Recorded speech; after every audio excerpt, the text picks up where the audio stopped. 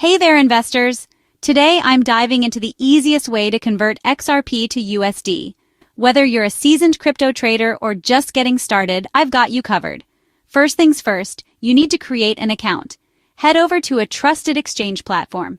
Sign up and make sure to verify your identity. This step is crucial for security and compliance.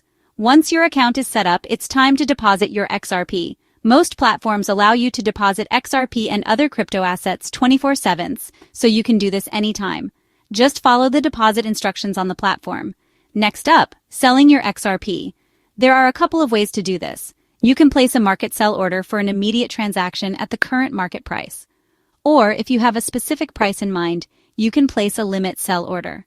This way, your XRP will only sell when it hits your desired price. For those handling high-value trades, consider using the OTC desk. The over-the-counter desk offers personalized service and could potentially get you better rates for large transactions. Finally, once your XRP is sold, you'll have USD in your account. From here, you can transfer the funds to your bank account or use them for other investments.